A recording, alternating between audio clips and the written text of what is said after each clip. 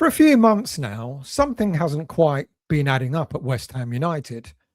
A club legend is appointed sporting director, the biggest footballing position he would have held since his playing career, a role many believed would put him right at the heart of every major footballing decision that the club makes.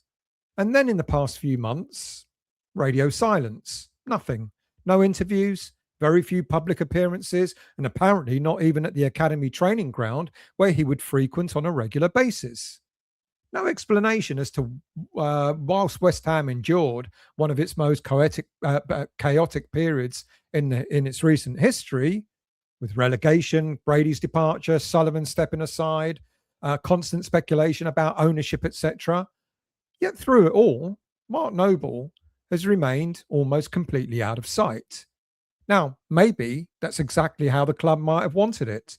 Perhaps the club felt it was better for him to avoid becoming embroiled in the politics surrounding the ownership, or maybe Noble himself decided that whilst the boardroom was making all the headlines for all the wrong reasons, his job was simply to get on with the footballing side of things behind the scenes. Whatever the reason, something now appears to be changing, or according to the latest reports. Because something happened on Friday that may have told us much more about Mark Noble's future as it did about Nils Koppen's imminent arrival at West Ham United. Now, when reports emerged that we were looking to appoint Koppens, most people naturally focused on the man himself. Who is he? Where has he worked before? Can he help improve recruitment at the club? But I think people may have overlooked the most important part of the story. I certainly did. That was the actual job title that he's been linked to.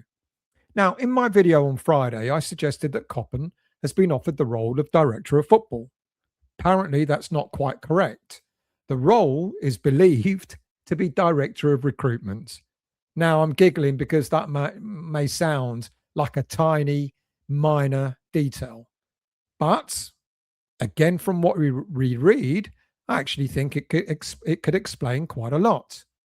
Because if Koppen becomes Director of Recruitment, what responsibilities would he be undertaking, and what exactly would that leave for Mark Noble to do? Well, it seems quite a lot, actually. In fact, it could mean that for the first time since taking on the job, we're finally about to see what Mark Noble's role as sporting director was always supposed to look like.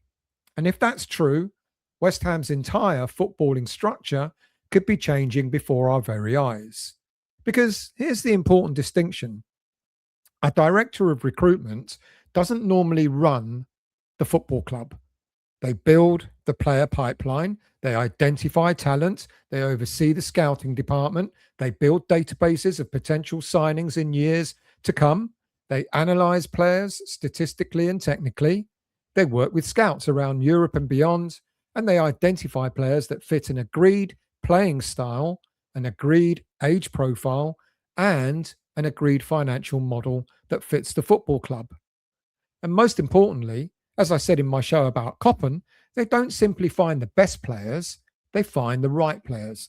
Players who fit the manager's style, players who fit the wage structure, players who have resale value, players who fit the long-term strategy. However, as I suggested in the video about Koppen, it seems that his remit is likely to go no further than that. But having said that, that's still a very significant and influential role. But what is now being reported is that Koppen's role would be a very different job to that of a director of football or a sporting director. The sporting director usually sits above that process at a football club. Now, whether Koppen, if recruited, will end up reporting to Mark Noble, I do not know. But think of the sporting director as a kind of an architect. The director of recruitment is the chief scout who builds according to the architectural plans. And it would be the sporting director who decides what sort of football club you want to become. Now, that's important given Mark Noble's history of West Ham. He knows the club through and through. He will know what the fans will want this football club to look like. Now, the recruitment department then goes out and finds the players capable of making that vision a reality. That means Mark Noble's responsibilities could become incredibly broad. Noble, as a sporting director, would be expected to oversee the recruitment process rather than he himself personally identifying those players. That'll be Koppen's role. A typical sporting director would help shape the footballing philosophy from first team right down to academy. He would be involved in succession planning whenever a manager or a senior member of staff eventually leaves.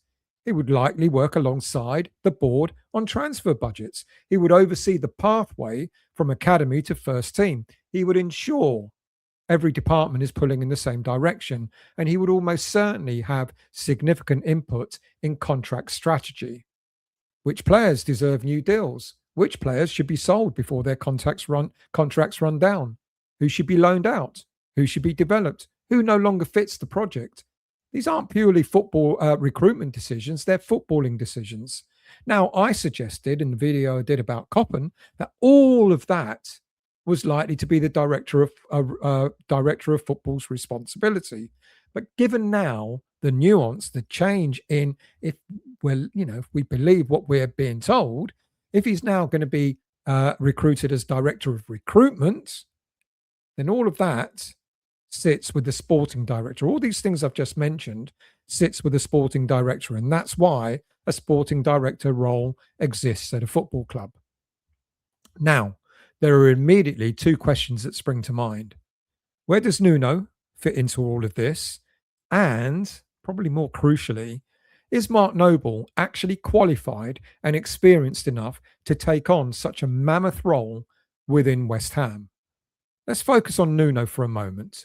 One of the reports surrounding this new structure suggests Nuno will primarily focus on coaching and tactics. Actually, before I do that, you can see that QR code there. If you're new to the channel, that QR code means click on it, become a subscriber of the channel, free of charge, doesn't cost anything to subscribe. If you click on that, you go straight to the subscription page and you can become a subscriber of the channel. Anyway, go back. So let's focus on Nuno, as I've said. Now, as I've said, the report surrounding this new structure suggests Nuno's primary focus will be only on coaching and tactics. Now, if that's true, it could represent one of the biggest cultural changes West Ham have made in years. Instead of the manager identifying 20-odd transfer targets every summer, it'll be the recruitment department that does the groundwork. Koppen and his team will identify players that suit the footballing philosophy. As I've said, players that will fit a budget, players that will fit a certain age gap, age profile, players capable of improving both today's team and tomorrow's squad. Nuno then decides which of these players best suit his tactics and ideas. So it's a collaborative process, not a manager-led shopping list. And that's exactly why so many of Europe's most successful teams operate. The manager coaches, the recruitment department recruits. Now, whether Nuno will accept this for the long term remains to be seen. His very public falling out with Nottingham Forest owner over the arrival of Edu as global head of football led to Nuno losing his job at the club because Nuno wanted more involvement in the signing of players, especially using his trusted agent, George Mendes. Now, when I thought Koppen was going to be offered the role of director of football, I suggested that this would be a very close collaboration between him and Nuno. But however, now we seem to have, if the stories are correct, an additional layer of Mark Noble as sporting director. And I really do wonder just how long Nuno will accept that setup. I guess only time will tell. You see, the sporting director, moving on to Mark Noble, makes sure the whole footballing operation remains aligned. The beauty of the model is continuity. If Nuno leaves in 2 years' time or even sooner, the recruitment strategy doesn't disappear with him. The academy philosophy doesn't change overnight. The style of football should remain consistent. We've only got to keep referring to the likes of Brighton, Brentford, Bournemouth, how easy it is for them to lose a manager, lose a player, bring someone else in to replace those roles, and it seems that seamless. So the style of football should remain consistent. The data that lies behind finding players remains. The scouting network also remains. The club continues to move forward in the same direction. That's exactly what West Ham have lacked for years. Every managerial change has felt like pressing the reset button. Different styles, different transfer targets, different age profiles, different recruitment priorities, millions spent rebuilding squads every few years. No wonder we're in the financial problems that we're in at the moment. It's expensive and it's it's inefficient, and ultimately, it's one of the reasons why the club has struggled to build sustainable success. So, to be honest, I'm all in for this new pathway that seems to be suggested, but now I am concerned about some of the key players within it. Will Nuno become volatile? Will Mark Noble be up for the challenge that seems to confront him? The academy is another fascinating piece of this puzzle. Traditionally, West Ham have prided themselves on producing young players, but over recent years, that pathway has often felt inconsistent. A sporting director should ensure the academy isn't operating separately from the first team, from the senior squad. The under 18 should play a similar style. The under 21 should prepare players for the tactical demands of senior team football. Recruitment should be complementary to the academy development rather than blocking it. If West Ham already have an outstanding 18-year-old left back coming through, perhaps you don't spend £20 million on another young left back to come into the club through the transfer window. Perhaps you recruit experience instead. Um, those are strategic decisions, but again, exactly the sort of decisions a sporting director should be overseeing. And in this case, there's no one better aligned to bridge the gap between academy and senior team than Mark Noble. We know that Noble has sung the praises of several academy players since taking on the role of sporting director. But successive managers, apart ironically from maybe Nuno, all they seem to do is maybe pay lip service, but and not really take in Noble's guidance or advice. And then decent academy players don't seem destined to make the jump from academy to senior team. You've only got to think about what happened under Moyes, Lopetegui, and Potter, the surprising one. Potter, who we all thought was going to be really aligned with managing academy players, none of them seemed to interested. Maybe the challenge was keep West Ham up. Don't have time to bring academy players. It's too much of a risk. Maybe that might have been Nuno's downfall by using maybe too many academy players in the season where we've just been relegated. I don't know. Are we using the academy players as an excuse? I certainly don't want to.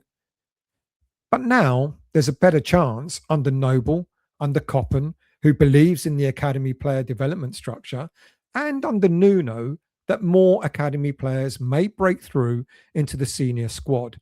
You've only got to look at some of the players I'm certainly looking forward to seeing more of now with a year's more experience under their belts, the likes of Ollie Scholes, Ezra Myers, maybe Freddie Potts, and Mohamedou Kante, and Ajala, the young centre forward, and a few others who were close to knocking on the door of the squad rather than regulars of the senior first 11.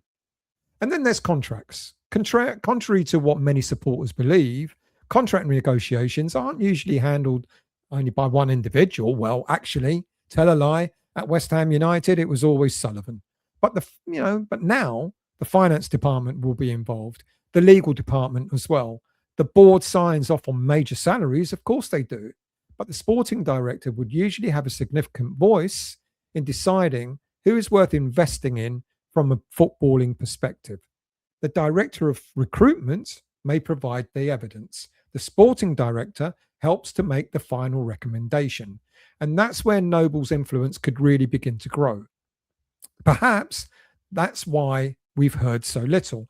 Maybe, perhaps, his role until now has largely been observational while the club rebuild its footballing department. Or perhaps the structure simply wasn't complete before, and now with the departure of Brady and Sullivan, it's allowed to grow.